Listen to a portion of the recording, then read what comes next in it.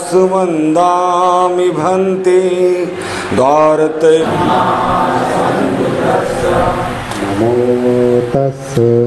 महात्मा ज्योतिराव फुले इनकी जयंती 11 अप्रैल महात्मा ज्योतिराव फुले की जन्म जयंती लुम्बिनी बौद्ध विहार मनाने जा रहा है। तो सबसे पहले इस बात का समझना बहुत जरूरी है कि हम महापुरुषों की जयंती क्यों मनाते हैं और क्यों मनानी चाहिए। महापुरुषों का हमारे जीवन के कल्याण में बहुत बड़ा योगदान होता है। उनका जीवन समर्पित करके, अर्पण करके, जीवन के सुखों का, परिवार का त्याग करके, हर सुविधा, हर आनंद का त्याग करते महापुरुष मानव जीवन के उत्थान के लिए संघर्ष करते हैं। तो उन्होंने अपने जीवन में अपने समर्पण भाव से, अपने त्याग भाव से किस विषय को लेकर समर्पित होकर संघर्ष किया और उन संघर्षों के नतीजे क्या हैं, उसके मीठे फल समाज कैसा चख रहा है, इसकी जानकारी हमें महापुरुषों की जयंती से प्राप्त होती है।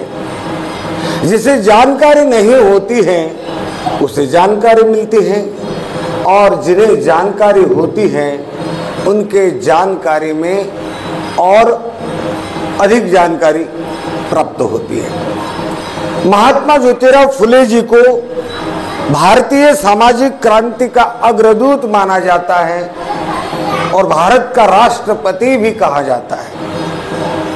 उस समय को याद कीजिए, जो कुछ परिवर्तन भारत में हुए वो सारे सामाजिक परिवर्तन 18वीं शताब्दी से हुए। 18वीं शताब्दी में अंग्रेजों का शासन था। ब्राह्मण्यवाद भारत में उसके पहले से हावी था और इतना प्रबल था कि जो पेशवा थे उन्होंने मनुस्मृति का निर्माण करके मनुस्मृति को पूरी तरह से समाज पर लागू किया गया था।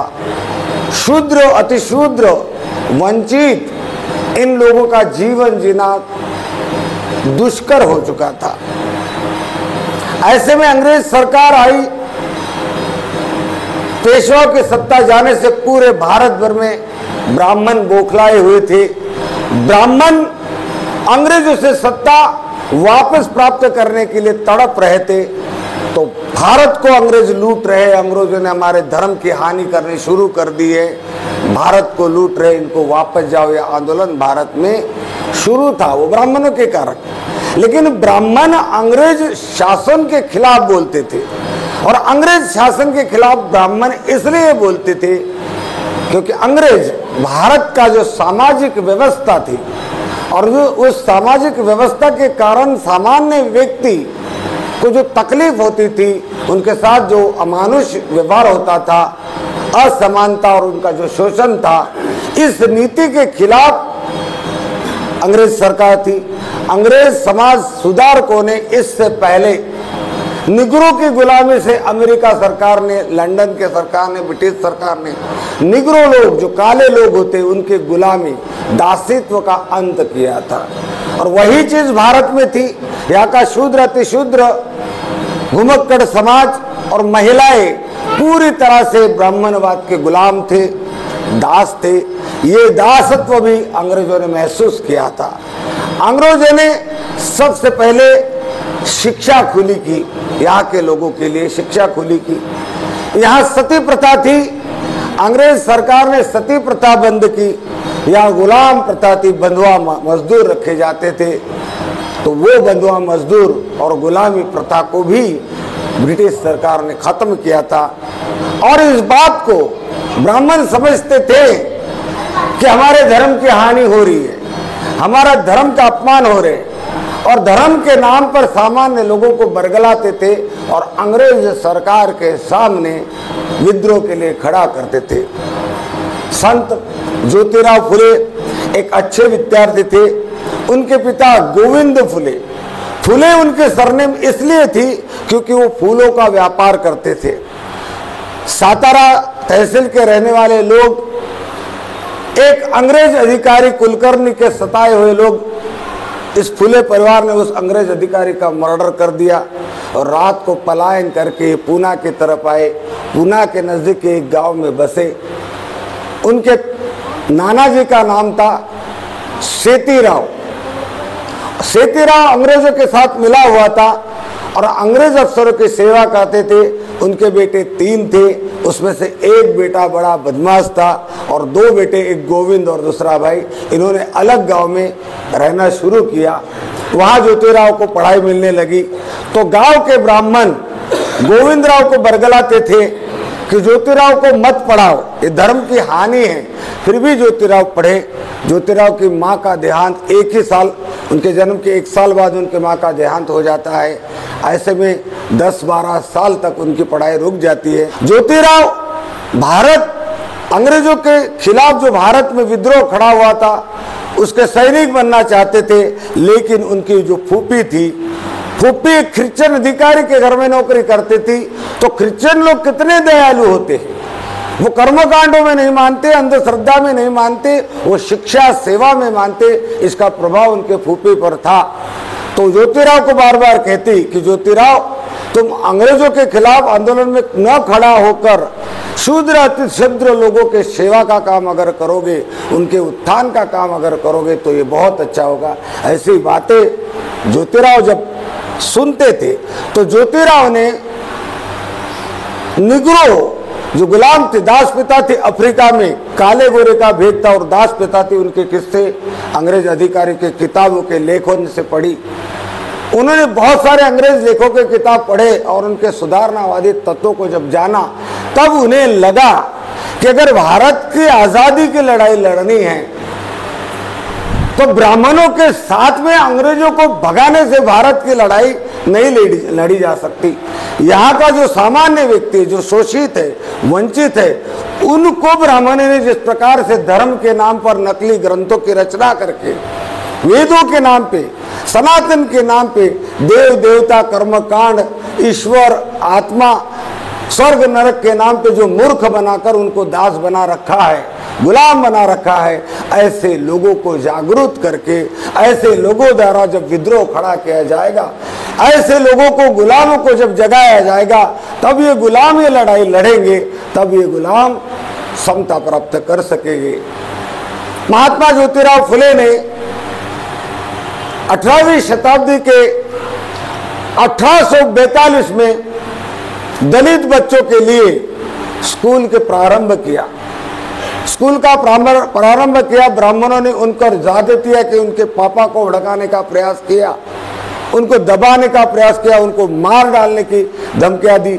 लेकिन ज्योतिराव फुले विद्रोही प्रवृत्ति के थे, निर्भय थे, वो अपना काम करते रहे। अहमदनगर में जब वो जाते अपने मित्र के वहां देखते कि एक अंग्रेजी लेडीज महिला को शिक्षित बना रही है, उससे वो प्रेरणा लेते हैं और महिला और खास तौर पर जो दलित बच्चियां हैं, दलित कन्या हैं, दलित महिलाओं में शिक्षा की जोत जगे, दलित लोग जागरूक हो जाए, दलित लोग शिक्षित हो जाए, शिक्षा का महत्व समझे, दलित महिलाएं जागरूक हो जाए, दलित महिलाएं शिक्षा का महत्व समझे, तब ब्राह्मणवाद के पाखंडवाद के खिलाफ दलित और दलित महिलाएं विद्रोह करें, तब ये धर्म के नाम पे जो शोषण चल रहा है वो अटक सकता है। इस कल्पना को लेकर अहमदनगर से पूना वापस आते हैं और वो कन्या शिक्षा के प्रारंभ करते हैं।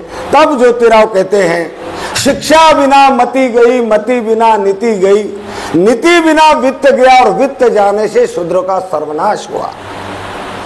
ये बहुत गहन सोच के साथ इस कविता की रचना महात्मा ज्योतिराव फुले करते।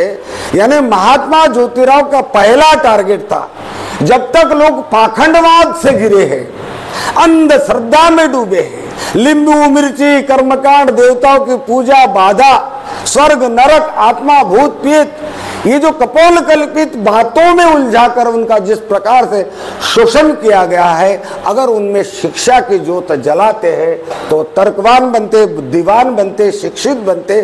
तब जैसे मैं सोचता हूं कि हमें मूर्ख बनाया गया है ब्राह्मणों द्वारा और हमें गुलाम बनाकर शोषित किया, तब वो सोचने लगेंगे। इसलिए सबसे पहले दलितों को, शूद्रों को, अतिशूद्रों को, दलितों को, वंचितों को शिक्षित करना बहुत जरूरी है।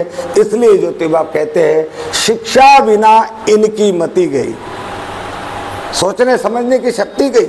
आज भी हम देखते 21वीं शताब्दी के इंफॉर्मेशन और टेक्नोलॉजी के युग में भी यहाँ बैठा हुआ 50% लोग ऐसा है कि आज भी उसको बुद्धिज्म में विश्वास नहीं, अम्बेडकरवाद में विश्वास नहीं, वो घर में जाकर देवी देवताओं को ही पूजेगा। इस पढ़े लिखे युग में, इंफॉर्मेशन टेक्नोलॉजी के, साइंस के युग में भी इतना कहने के बावजूद भी आदमी लोग अंधश्रद्धा, जातिवाद में, पाखंड में फंसे हुए के रहते हैं, क्योंकि तर्क बुद्धि नहीं है। इसलिए कहते हैं शिक्षा बिना मति गई। मति यानी सोचने समझने की शक्ति, चिपक गई, ईश्वर है, आत्मा, इसी में चिपके रहते, ऐसे लोगों को सुधारना मुश्किल है, क्योंकि उनकी मति गई। शिक्षा बिना मति गई। मति जाने के कारण नीति यानी कोई आयोजन नहीं कर सके, अपना उद्धार कैसा होगा इसकी सोच पैदा नहीं कर सके, अपना विकास कैसा होगा, हम अपने समाज का, अपना स्वयं का विकास कैसे कर पाएंगे, ये ऐसी कोई नीति नहीं बना पाएंगे। और नीति जब नहीं बना पाए तो सत्ता भी नहीं थी। सत्ता भी नहीं होने के कारण जो वित्त है, पैसा है, धन होता है, धन संपत्ति होती है, वो संपत्ति जुटा नहीं पाए। और जब धन संपत्ति जुटा नहीं पाए तो वित्त बिना शूद्रों का सर्वनाश हुआ।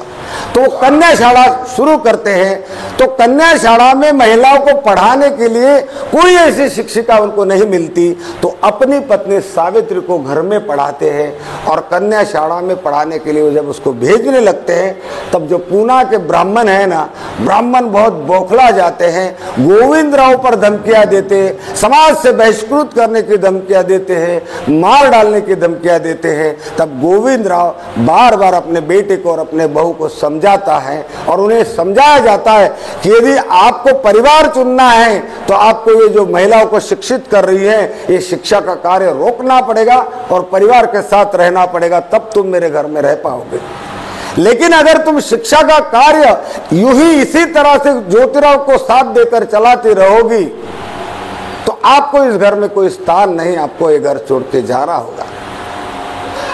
मां सावित्री फुले ने जाना कि अपने पति का ध्येय कितना उन्नत है, जन कल्याण के लिए वो कितने समर्पित है, ऐसे में मेरे पति को मेरा साथ की जरूरत है। उन्होंने परिवार को ठुकराया और पहने हुए कपड़ों के साथ परिवार को अलविदा कहकर पति पत्नी उस घर से छोड़कर निकल गए। मुस्लिम समाज को हम गालियां देते, उन्हीं मुस्लिम परिवारों ने उनको घर रहने के लिए दिया, बर्तन बसा के लिए, खाने के लिए अनाज दिया। यही नहीं, कन्याशाला प्रारंभ करने के लिए भी उन्होंने, मुसलमान समाज के लोगों ने उनको मकान दिया। इस तरह से सावित्री फुले और ज्योतिराव फुले शिक्षा का कार्य करने लगे। लेकिन केवल शिक्षा फ्री में देने से पेट की आग बुझती नहीं, इसलिए बच्चों के स्कूल को बंद करके ज्योतिराव फुले को पढ़ाई के आरे नौकरी करनी पड़ी और अकेली सावित्री पढ़ाते रही। इस तरह से बहुत सारे संघर्ष के बाद ज्योतिराव पढ़ने में बहुत तेज थे। ज्योतिराव ने सारे के सारे ब्राह्मण शास्त्रों को पढ़ा।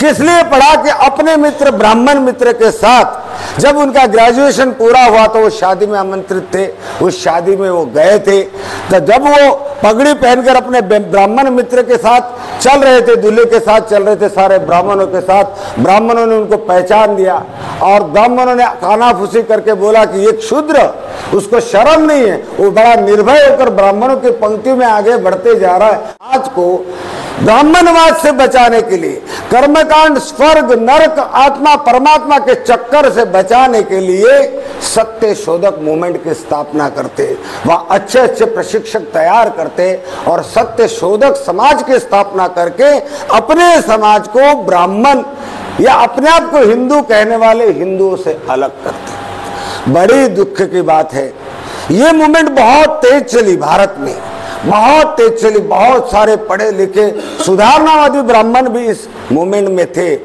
यहाँ तक कि शिवसेना के संस्थापक बाला साहब ठाकरे के जो पिताजी थे वो भी इस मूवमेंट का हिस्सा थे। वो भी एक बहुत बड़े समाज सुधारक थे, प्रबोध, और उनके समाज सुधारना के कार्य को लेकर उनको अंग्रेज सरकार और महात्मा ज्योतिराव फुले ने प्रबोधनकार ठाकरे की उपाधि, प्रबोधन करने वाला, ये प्रबोधनकार एक उपाधि है, उनको उपाधि दी गई। यही नहीं, उनके समाज सुधारना के कार्य देखकर समस्त बहुजित, वंचित और सुधारणावादी ब्राह्मणों ने महाराष्ट्र के मुंबई में उनको राष्ट्रपिता की उपाधि भी मुंबई में दी गई। भारत के पहले और सच्चे राष्ट्रपिता महात्मा ज्योतिराव फुले भी है।